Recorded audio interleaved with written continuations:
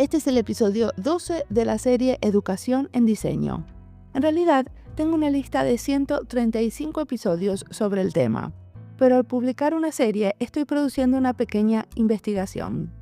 Pueden escuchar las diferencias entre unos y otras.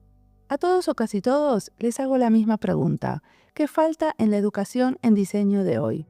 Y cada uno responde desde su perspectiva. Hay gente enseñando o que vive en Italia, Argentina, Guatemala, Estados Unidos, Dubái, Colombia, Cuba, Brasil, España, Holanda, Chile y el Reino Unido. Son muchos países porque esta serie tiene 15 episodios. La publicamos en 2 partes y esta es la segunda. Mauricio Noboa Muñoz es un académico y diseñador industrial chileno que vive hace mucho en Australia. En esta entrevista hablamos de lo que lo llevó a vivir a Australia, de las nuevas tecnologías en la educación en diseño y cómo todo está siempre atravesado por el contexto social. Hablamos de la industria automotriz, una de las más importantes que da trabajo a diseñadores industriales, y de cómo esta industria está cambiando con la llegada de la inteligencia artificial.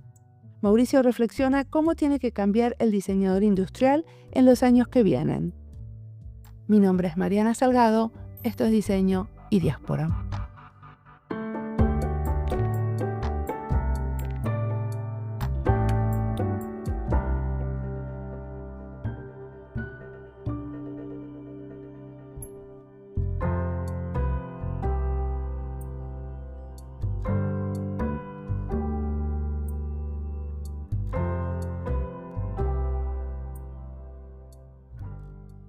Hola, soy Mauricio Noboa Muñoz.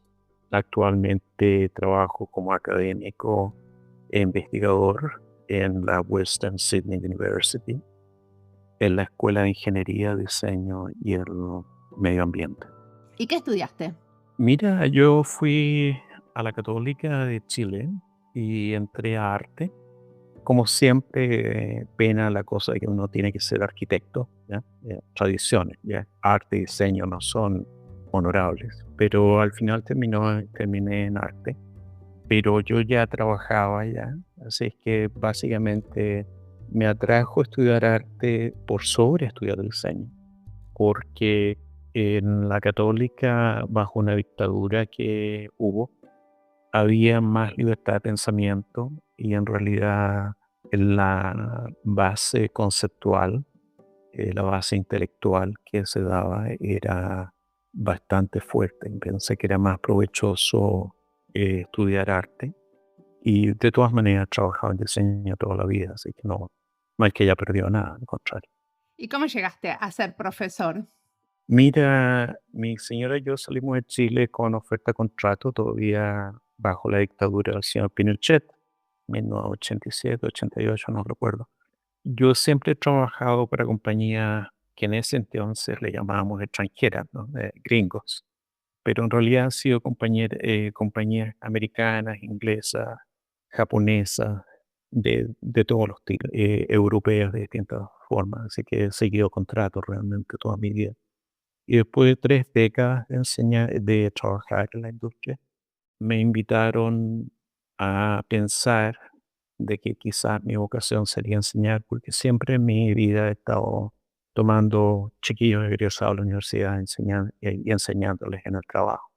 Y fue un tiempo apropiado también, porque en esa época era un tiempo que se avecinaba la Global Financial Crisis. Como tú sabes, en el área creativa, lo primero que la gente tira por la ventana son diseño, arte, arquitectura y todas esas cosas. ¿Y cómo fue que llegaste a Australia? Mi esposa vino primero de paseo y le gustó mucho. Al tiempo de que estábamos trabajando en Chile, pensamos de que no había otra forma que salir del país. Tú tocas un techo y no, tu creatividad es para las oportunidades de trabajo también bajo una dictadura, así que como que más o menos la situación económica y política nos empujó a dejar Chile. Nosotros tuvimos un contrato cuando llegamos a Australia. En ese tiempo Australia estaba en la vanguardia de lo que es cambio climático, sustainability y en innovación. Bastante distinto a lo que pasa ahora. El país, en cierta manera, se ha vuelto un poco más conservador de lo que era. Pero como te decía, yo trabajé como por 3 décadas antes de llegar a ser académico. O sea, llegué a ser académico por la principal razón que yo había hecho un máster muchos años atrás, no un PhD. Tenía el pensamiento de hacer investigación y pensé que era la oportunidad, que ya estaba a cierta edad de poder pasarlo porque conocía a otros. Y en cambio podía hacer un PhD. Estuviste investigando el futuro del trabajo y también el futuro de la movilidad. ¿Querés contarme cuál? Enlazando con lo que ya te decía, clientes míos, mucho tiempo atrás, cuando yo trabajaba 100% en la industria, hablaban de que había un abismo de conocimiento y de habilidad entre lo que ellos necesitaban y que lo que las universidades ofrecían.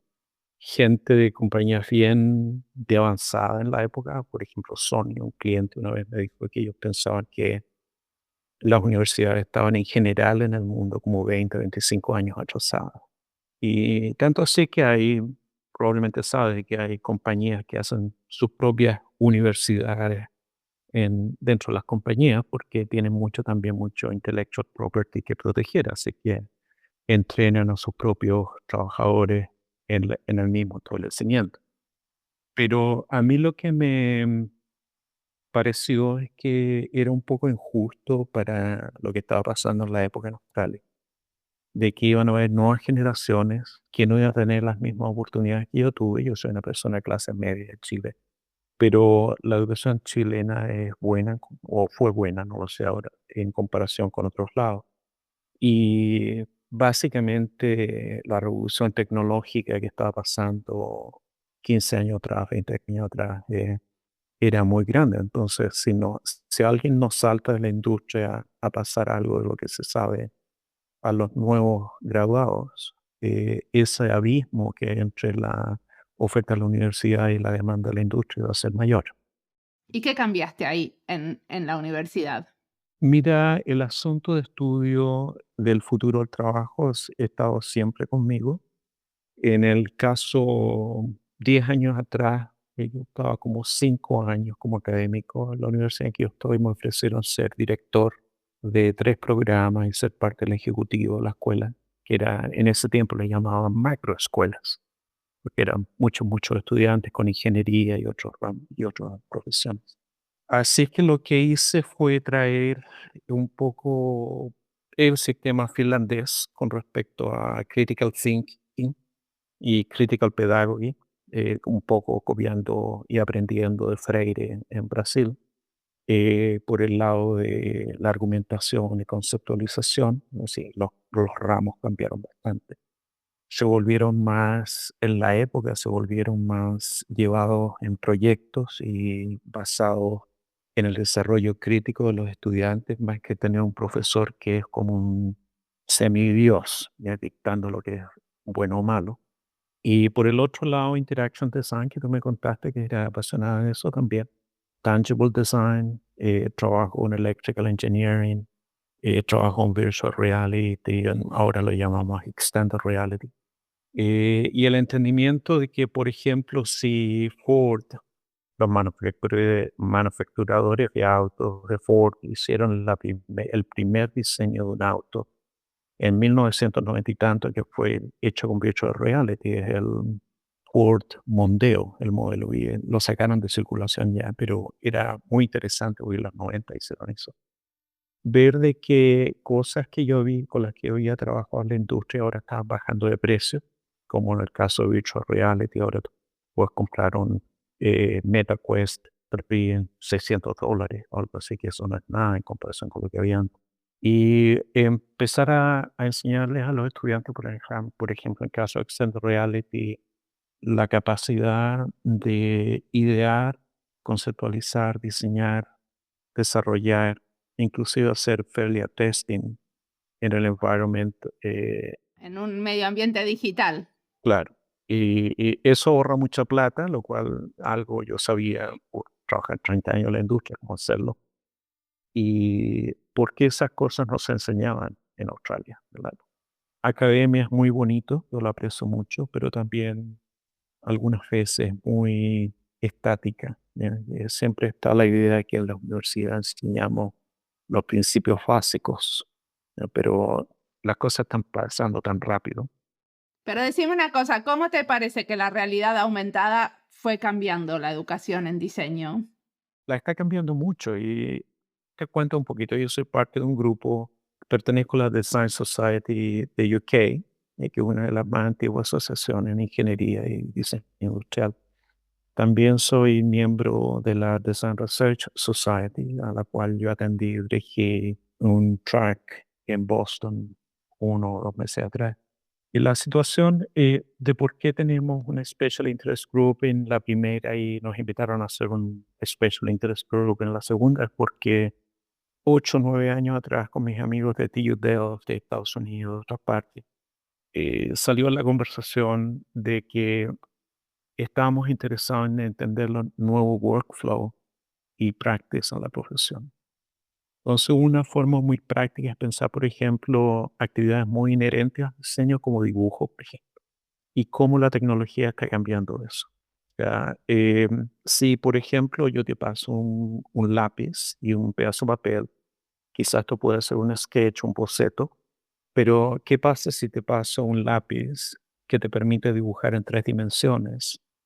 Las habilidades que se requieren del diseñador industrial en este caso son totalmente distintas. Tú no eres un ilustrador de una idea, tú eres un escultor de un objeto en 3 dimensiones. Y si tú agregas a eso materialidad, le agrega fuerza de gravedad, que es G-force, le agregas textura, y enriqueces la línea de tal manera que la misma línea no está solamente en 3 dimensiones, sino que la línea puede ser un haz de luz o puede ser comportarse inteligentemente de tal manera que tú la haces de una manera y la línea responde de otra manera porque piensa por sí sola, ¿ya? Lógicamente eso cambia la profesión y cambia el workflow. ¿Y qué cambia en la educación en diseño? ¿Qué cambia el rol del que está en la posición de educador o educadora? Bueno, eso es interesante para los dos lados, profesionalmente y de educación. Porque si tomamos, por ejemplo, diseño industrial, yo no fui educado como diseñador industrial, trabajé muchos años en eso, por eso lo puedo enseñar. Soy diseñador, ¿ya? He podido hacer desde arquitectura, muchas cosas en diseño, pero la cosa es que te pongo de ejemplo diseño industrial como un case study. Bien. Tradicionalmente hay dos vertientes en quien se ha enseñado a los diseñadores industriales. Uno que es el área de la estética, ¿ya? Y otro es el área de la ingeniería industrial a nivel de manufactura. Esa es la típica enseñanza de los 80 y 90, ¿ya? O sea, cómo pescar esto y hacer la bisagra, ¿ya? Y cómo vas a pegar el frente y el detrás de un pedazo de plástico, ¿ya? Eso es típico assembly de los 1980, 1990. Pero sé que tú piensas ahora, en los dos lados, muchas veces el diseñador ganaba plata por presentar un concepto como ilustración, ¿ya? Y después de eso llega un ingeniero, llega una persona de la industria y hacen su proyecto. Muchas veces los proyectos terminan nada que ver con lo que el diseñador pensó. Ahora, la situación es que la capacidad de visualización de la extended reality te lleva al momento que no hay gran distancia o hay un momento que yo le llamo singularity, en que tú puedes estar ideando, conceptualizando, diseñando, desarrollando y preparando para manufactura al mismo tiempo, porque la tecnología te ayuda a hacerlo. Varias cosas pasan en eso. El diseñador no es solamente un ilustrador de algunas ideas que alguien va a hacer, un ingeniero va a hacer, es el creador, pero también es el productor. Si le agregas a esa situación virtual, por ejemplo, un poco artificial intelligence, tú tienes que pensar que tu colega va a ser humano, pero también es una artificial agent. Así que la cosa se está volviendo más y más complicada en el sentido de que, por un lado, tú puedes hacer más trabajos que antes, una persona puede hacer mucho. Ejemplo, por ejemplo, diseño gráfico, cuando desktop computers came out en el 80 y tanto al 90, hubieron 7 trabajos, desde printer, desde impresores, a gente que probaba color, a qué sé yo, que desaparecieron y todo lo puede hacer con una máquina, con un laptop. Ahora eso está pasando con gente que trabaja en diseño industrial y en 3D CAD. Así que está cambiando la profesión. El workflow de producción está cambiando mucho. Pero vos, por ejemplo, te gusta mucho bocetar y visualizar, y que eso lo considerás como parte de la práctica fundamental de los diseñadores, ¿cierto? Sí, sí, yo no niego que fui criado en una escuela y me gusta mucho dibujar, pero lo que es dibujo hoy en día no es solamente un dibujo en papel y lápiz. Como te digo, al momento que tú trabajas con un controller como un lápiz, el controller es parte de lo que es Visual Reality. Y ahora, por ejemplo, Logitech produjo un lápiz que es para 3 dimensiones. Tú no eres el ilustrador en 2 dimensiones. Tú básicamente puedes dibujar el objeto que quieres en 3 dimensiones. Es como que si tú estuvieras dentro de SolidWorks o 3D CAD. O sea que todavía necesitamos aprender a dibujar, en tu opinión. Todavía, totalmente, porque es una parte de visualización, pero la cosa es que ya la línea se vuelve mucho más inteligente, ¿ya? Te da muchas cosas. Yo te puedo dibujar en 3 dimensiones y llenarte de luces y usar programming para crear una línea, un objeto inteligente que puede bounce, ¿ya? Rebotar dentro de un environment. O lo que tú dices de pensar movilidad, puedo diseñar cosas que antes tomaban mucho tiempo. Te cuento un ejemplo. Citroën, un año y medio atrás, sacó un nuevo concepto de un auto. Se demoraron de 6 a 8 meses en hacerlo. Y la forma de demostrar no fue con una ilustración, fue con decirle a la gente, aquí está el auto que hicimos en 3D printing, vayan y lo manejan. Entonces lo que es diseño, desde idea a diseño y producción, se está como colapsando. Y eso es algo que no necesariamente se enseña en todas las universidades. El workflow está cambiando. Todavía tiene la necesidad de los primeros habilidades, dibujo, la capacidad de ver 3 dimensiones, pero la diferencia es que en vez de hacer un trabajo en 3D CAD en este MacBook que yo tengo ahora, mientras estoy conversando contigo, yo estoy dentro del environment, mientras que 3D CAD software en general te miente un poco porque es una mentira dentro de una pantalla que es bidimensional.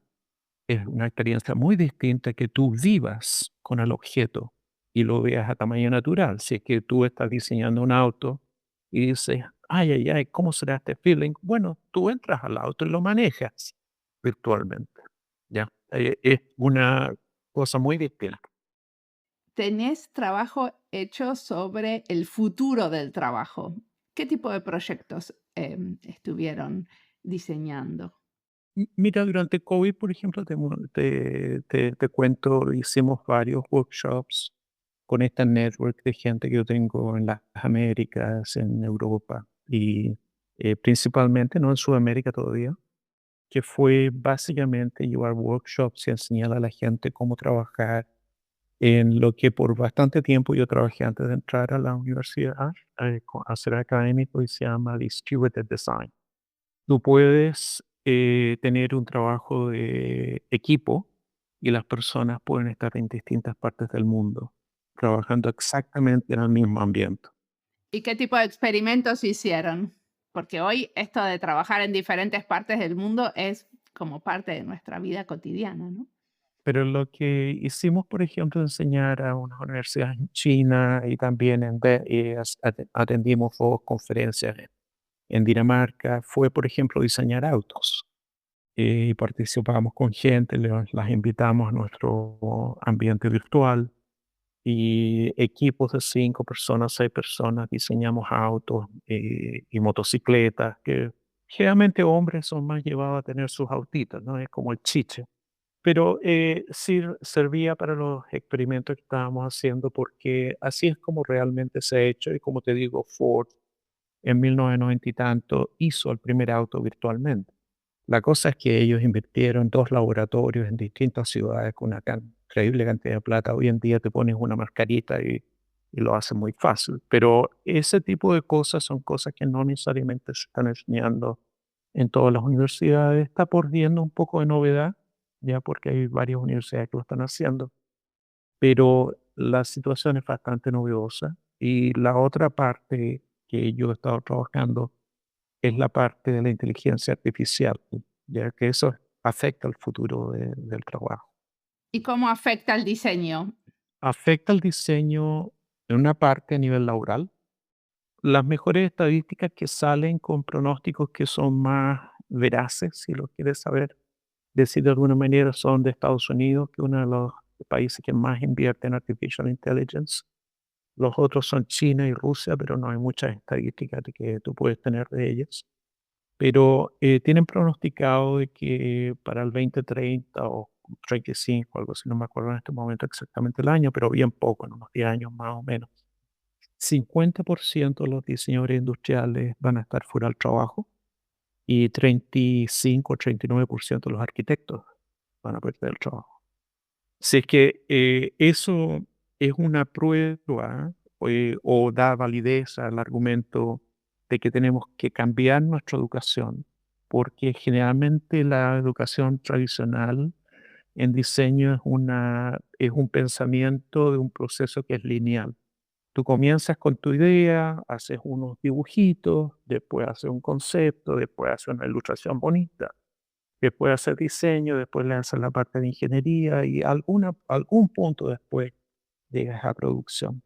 Sé que Citroën puede hacer un auto que tú puedes manejar por toda la ciudad de París o hicieron el testing en London también, en 6 a 8 meses, siendo que el diseño de un auto se hacía en 5 o 7 años. Obviamente hay un cambio. Así que yo lo que veo es que lo mismo que pasó con tecnología que afectó el diseño gráfico en los 1990 cuando comenzó la Internet y desktop publishing, ahora va a alcanzar lo que es diseño en 3 dimensiones. Y es por eso que están en todo este forecasting de lo que le va a pasar a diseño industriales, a diseñadores industriales y arquitectos.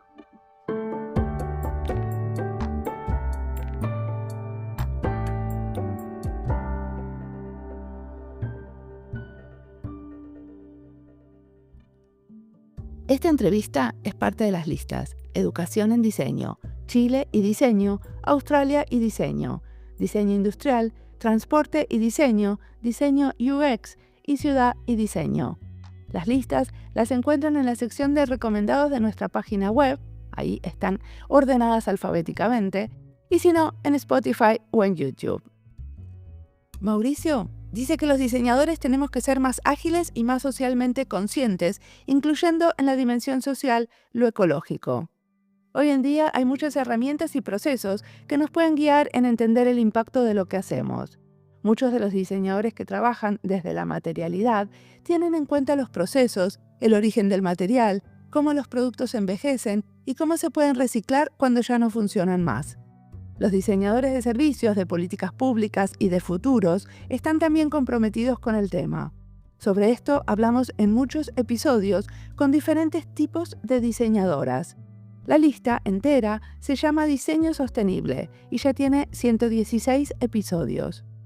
Como coincido con Mauricio y me parece que hoy en día tenemos que prestar más y más atención al diseño sostenible, se viene en breve una serie con 5 episodios. Una serie bilingüe con episodios en inglés y en castellano. Ahora sigamos escuchando a Mauricio, que tiene mucho más para contarnos.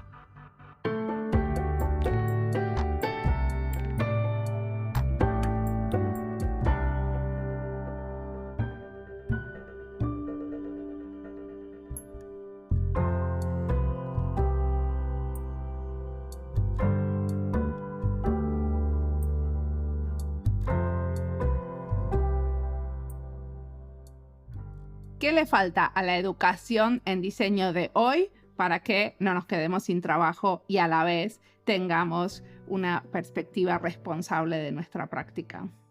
Una es que tenemos que aprender a ser ágiles. Lo que yo te decía, por ejemplo, amigos ingenieros, muy buenos amigos míos, dicen, bueno, pero no podemos enseñarlo a todos, así que seamos los principios fáciles.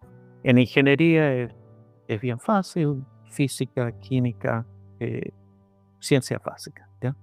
Pero en diseño, que es una cosa de innovación, el asunto es que la tecnología cambia la forma en que las personas piensan, pero también cambian el sistema de trabajo, cambia la práctica y cambia la distribución. Por ejemplo, tenemos que llegar a ser más conscientes socialmente, ¿ya? Diseño industrial, yo me gusta la profesión, la amo, la encuentro muy bonita, pero sí ha sido cómplice del gran problema de sustainability que tenemos en el mundo. O sea, la producción de plástico fue facilitada por diseño industrial. Ahora, ¿qué tenemos que hacer? Cambiar los materiales que usamos, pero también tenemos que ser suficientemente libres de pensar de que muchas de las cosas que desarrollamos de objetos para consumo quizá puede ser desarrollada por una app dentro de un iPhone. Pero vos en ese contexto te estás dedicando a los autos. De los autos, pero movilidad es mucho más allá que autos. Mira, yo me invitaron a un simposio en Abu Dhabi en diciembre. Ya, muy interesante lo que están haciendo. Tienen el dinero para invertir. Y bueno, en los Emiratos Árabes, tú sabes, se hicieron la plata del petróleo. ¿Ya? Y son los que están invirtiendo más en cómo hacer las cosas sostenibles. ¿Ya? Porque saben que los petróleos se va a acabar. Pero la cosa es que movilidad es mucho más que un auto. Movilidad es Sí, movilidad es caminar y andar en bicicleta. A lo que me refería es que dentro de la movilidad vos estás enseñando con ejemplos que tienen que ver con el auto. con el auto, como en ese caso, pero también yo soy miembro de un centro de investigación que se llama Transformación Urbana. Te digo un caso, hablando de latinos, el que inventó la ciudad a los 15 minutos, ya está en París, y en la Sorbona, y la idea es recobrar el radio natural de trabajo entre la casa y el centro cívico o el centro de entretenimiento o el trabajo, 15 minutos. Así que hay una ciudad de 15 minutos y París durante el COVID empezó a recobrar eso, ¿ya? Moreno dice la ciudad de 15 minutos es el territorio de 30 minutos. Detroit, ¿ya? Donde se hicieron todos los autos, están tratando de implementar eso.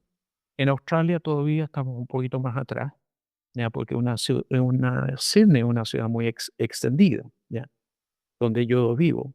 Pero la cosa es que, mira, si yo cambio la movilidad a 15 minutos, yo no voy a necesitar un auto que es para 7, 8 personas, que es la típica que se compran las familias en Australia, que parecen tanques, ¿ya?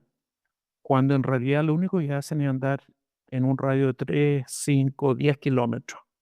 Pero hay toda esta cosa que se compró en Estados Unidos con respecto a movilidad que básicamente tú tienes que fortificar tu movilidad para estar protegido, lo cual es totalmente tonto. Pero imagínate que si yo cambio la movilidad a 15 minutos de distancia, lo más bien puedo andar con autos que son eléctricos, y como son más chicos, no hay problemas con la batería, me pueden andar todo el día, toda la semana, porque el gran problema de ponerle electricidad a un auto es el peso del auto. ¿Ya?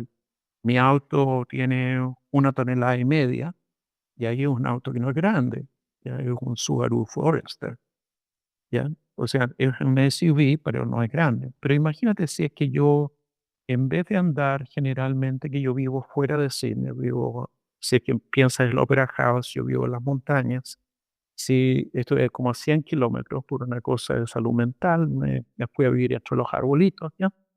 En las montañas azules se llama el lugar muy protegido como herencia de la humanidad.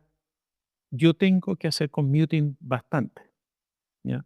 Pero inclusive sé que tengo que hacer commuting bastante con un auto que es más pequeño. Fácilmente yo puedo dejar una línea, una vía libre en la ciudad.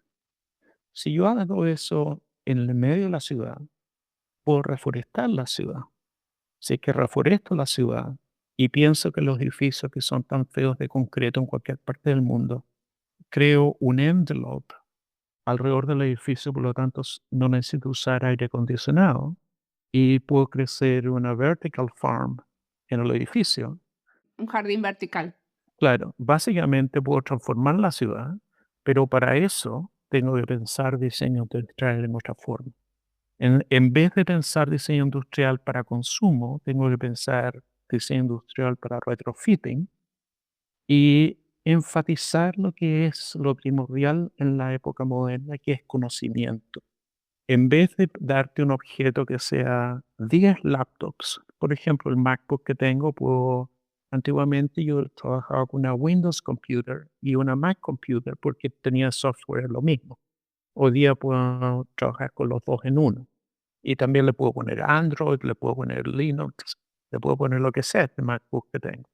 No soy un Apple fanático, pero te da el ejemplo de que básicamente la necesidad de hacer dinero a través de crear cosas materiales, como fue la tradición de diseño industrial, hoy día tenemos que tener la libertad de pensar en interaction design, en app development, y eso puede abordar mucho las cosas.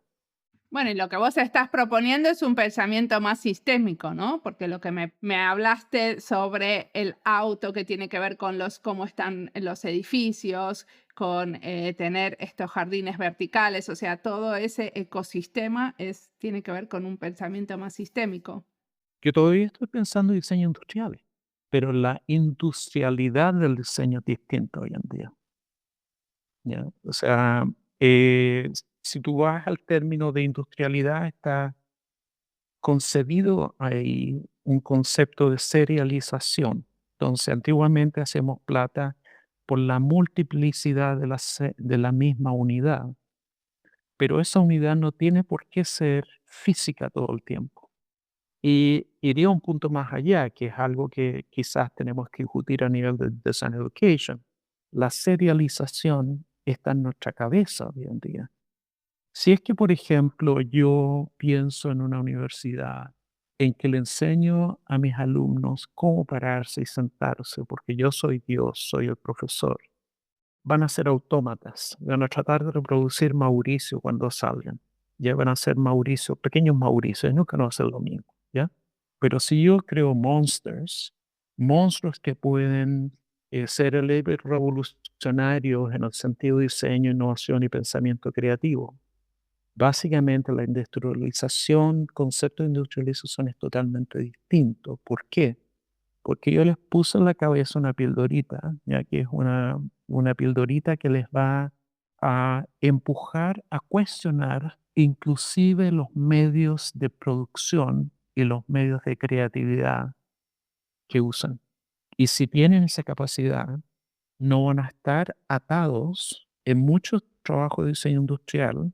Tú terminas en una compañía que vende metal o una compañía que vende plástico. Y si alguien viene a ti, lo único que tú les vas a ofrecer es metal o plástico, ¿ya? Pero si piensas de otra manera y tú piensas que la industrialización es del conocimiento, lo que va a pasar es que yo voy a hacer plástico o metal o madera o lo que sea, ¿ah? O biomaterials o lo que sea, depende del proyecto. Y esa es una cosa de que en la vieja versión de diseño industrial no se enseñaba. Como a tener un poco más criterio en la elección de materiales en relación a la responsabilidad del medio ambiente. ¿A eso te referís? Claro, claro. Si tú piensas medio ambiente, yo no tengo ningún problema hoy en día en tener trabajos en los cuales yo no produzco una pizca de plástico o metal y desarrollo un ATA. Si es que eso es lo que mejor sirve el propósito que se tiene en el proyecto. No estoy atado al material o que tengo no sé cuántas toneladas de acero en mi warehouse. ¿Ya? Tenemos que pensar de esa manera, tenemos que ser más nimble en ese sentido. ¿Más qué? No te entendí. Como nimble, flexible, ¿ya? Tú escoges porque lo que tú eres tú desarrollas un sistema, como tú bien dijiste, es una cosa de pensar en el diseño industrial como una actividad de diseño para cambio social, no para crear objetos de consumo.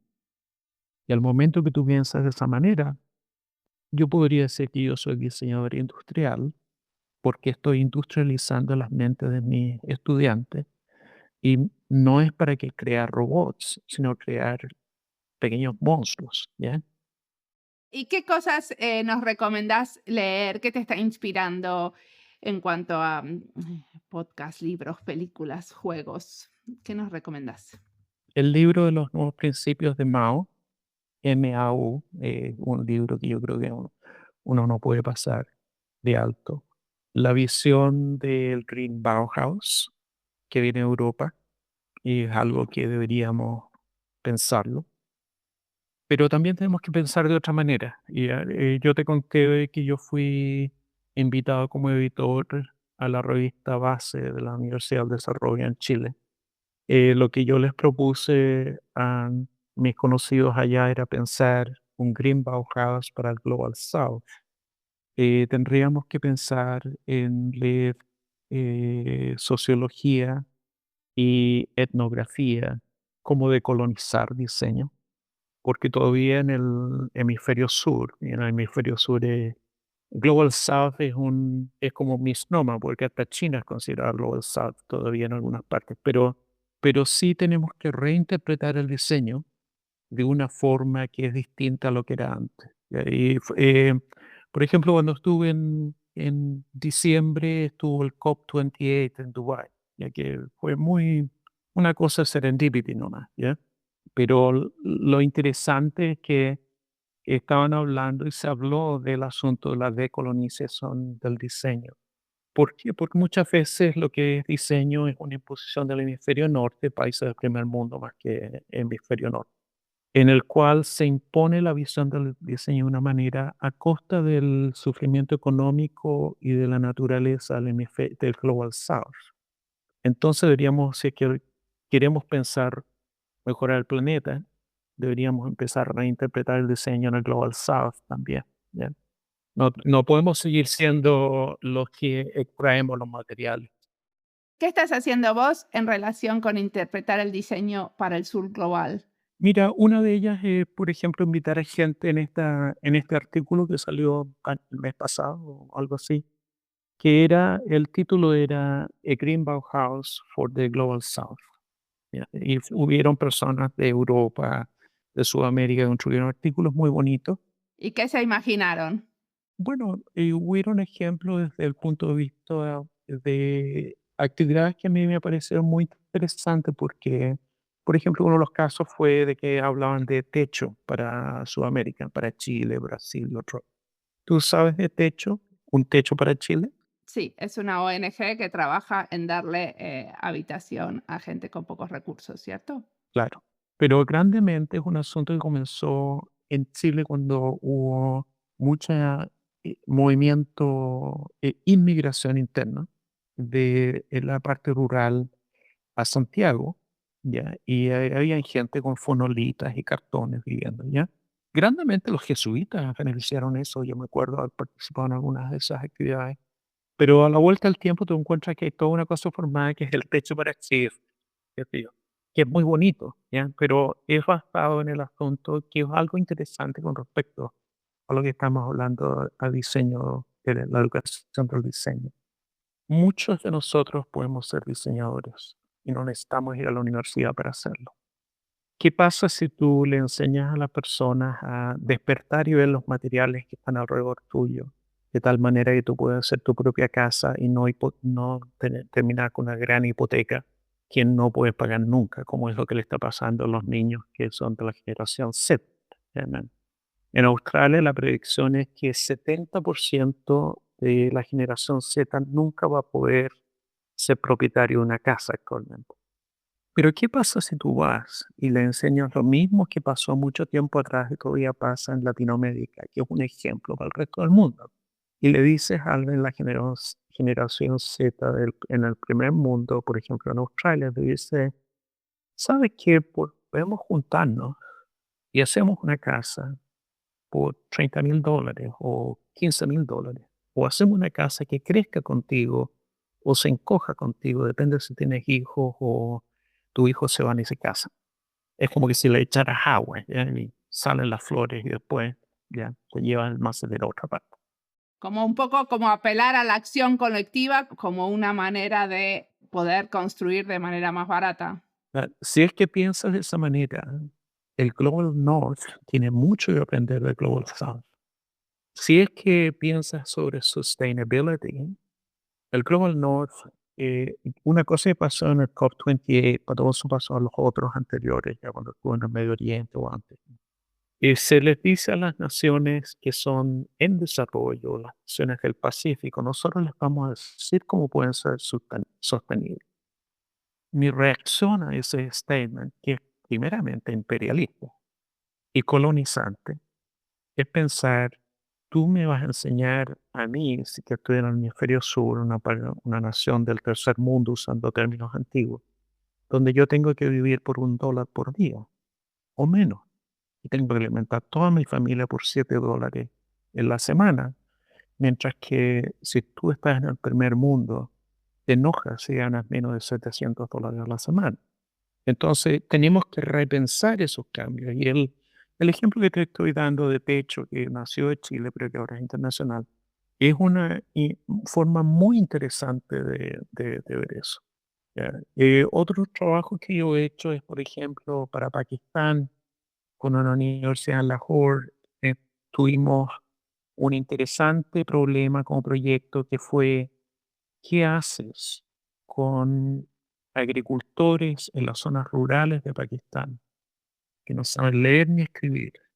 La única forma de comunicación es un teléfono celular, ya que básicamente no es ni siquiera, por supuesto, no va a ser 5G, 4G, 3G, 2G, ¿ya? Va a ser básicamente casi un walkie-talkie, ¿ya? ¿Cómo les puedes enseñar a ellos a mirar lo que está pasando en la Tierra y ver cómo sacar mejor su sembradío, cómo trabajar su sembradío? Entonces empezamos a desarrollar toda una cosa de Human Computer Interaction, básicamente, usando teléfonos que eran de segunda, tercera, cuarta mano, con pequeñas antenas repetidoras para enseñarle a las personas. Muchas veces era un one-way communication con teléfonos que eran muy antiguos, con teléfonos un poco más nuevos, two-way, ¿ya? Conversaciones de las dos direcciones. Pero eso significa, desde el punto de vista de mi definición de diseño industrial, que es muy interesante en ese sentido, es que tú estás ayudando a las otras personas a industrializar en muy bajo nivel la producción agrícola porque en realidad no saben cómo hacer la cosa. ¿Ya? Primero, consultar. Segundo, aprender de la persona que ni siquiera sabe leer o escribir, pero sí son los más eruditos en su propio problema. Pero ustedes tenían un mecanismo de contacto con ellos que era un one way. Bueno, teléfono, segunda, tercera mano, depende, en algunas partes one way, en otras una pequeña radio, qué sé yo. O sea, pero te estoy dando casos extremos de trabajar con el tercer mundo. El trabajo fue muy bonito y al final se propuso una pequeña antena repetidora que podría, imagínate, en Pakistán, lo mismo que en Argentina o en Chile, ya lleno de montañas, sectores que son aislados. No, a lo que me refería es cómo haces para aprender de ellos y de ellas cuando tenés un sistema que solamente vos estás reproduciendo algo que ellos escuchan, miran. Claro, pero primero está la etapa de consultación, que es el trabajo etnográfico. ¿Ya? O sea, tú tienes que ir al lugar y ganarte la confianza de la persona. Después, diseminación de la información es un plan de educación, porque si una persona nunca ha tenido capacidad o posibilidades o acceso, porque vive 3 o 4 cordilleras a distancia de la cosa más cercana que pueden tener, lo primero que hay que arreglar es un mínimo sistema de comunicación, que es por repetición de una antena, de antenas. Y la otra es el asunto de desarrollar un pequeño sistema de educación y el resto sería apoyar con respecto a la instalación de irrigación de agua y sistema de conocimiento en ese sentido para que pudieran hacer esto o aquello. Así que son trabajos muy bonitos, por supuesto, no dan plata, pero, son ejemplos de, bueno, dan plata, depende cómo lo organices, si es que lo haces como negocio, pero cuando tú me dices cuáles son cosas que pueden hacer con respecto a la colonización del diseño, volviendo al ejemplo del proyecto Techo, que yo no cobro autoría en eso, veo que es muy bonito, yo participé cuando la cosa todavía no existía ni techo como no, pero eran cosas que se hacían en la época, mucho tiempo atrás, el asunto de ir a una población marginal, donde ni los carabineros ni los militares se arriesgaban a entrar. Y como tú eres civil y veían que había algún valor en lo que tú estabas haciendo con el grupo de gente que yo trabajaba, que era muy interesante actualmente. Yo me acuerdo en tiempos bajo la dictadura que gente que eran comunistas y gente de la iglesia y alguna gente de la UDI, que era el lado derecho de la política, al final se impacientaban con el sistema y veían, tenemos que hacer algo, porque al final si eres algo cristiano, creyente en la humanidad o humanista o qué sé yo, al final tú ves que gente está padeciendo. O sea, eso es algo que es interesante. Yo encuentro que el diseño puede cubrir y saldar barreras. Si es así, es algo que puede ser unificador. Pero para eso hoy en día lo que tenemos que hacer es salirnos de estar en una posición más encumbrada, diciendo yo lo sé todo, y ser más comunitario, de tal manera que tú puedes crear este trabajo de equipo en que la persona que es el end user es el más experto en lo que es el end user. Tú tienes que aprender de ellos antes de ayudarlos, ¿ya?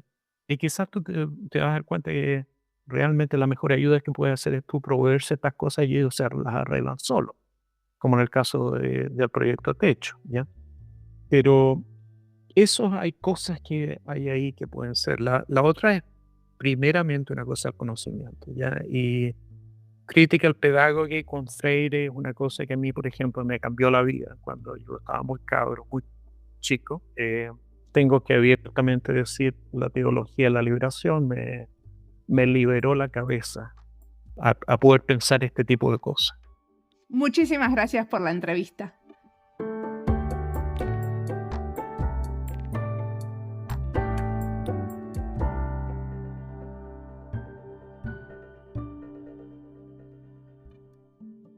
El norte global tiene mucho que aprender del sur global, dice Mauricio. Por eso, este podcast escucha a los diseñadores del sur y los pone en diálogo con diseñadores del norte y con los de la diáspora, que no sé si somos diseñadores del sur o del norte. Creo que ese es uno de los roles de los que vivimos fuera de nuestros países, esto de diseñar espacios de encuentros donde los que estamos en diferentes geografías y contextos nos escuchemos. No hay pensamiento crítico sin una escucha atenta del otro, de la otra, que nos trae una perspectiva distinta de otros lugares. A veces lo que dicen los demás nos convocó, nos resuena y nos encanta. Evidentemente, esas personas leyeron y escucharon cosas parecidas. Otras veces nos molesta y nos provoca. Sé que muchos que escuchan el podcast hace tiempo escuchan mi fastidio con algunos temas o con la falta de concreción al hablar de ciertas cosas. En estas entrevistas trato de estar atenta para entender incluso cuando no coincido con el entrevistado, porque es la manera de aprender. En este podcast sintonizamos con el sur global y con el norte, porque queremos una perspectiva de diseño sin fronteras que provoque más reflexión y nos abra a nuevas maneras de mirar el diseño, a esos otros diseños que no conocemos.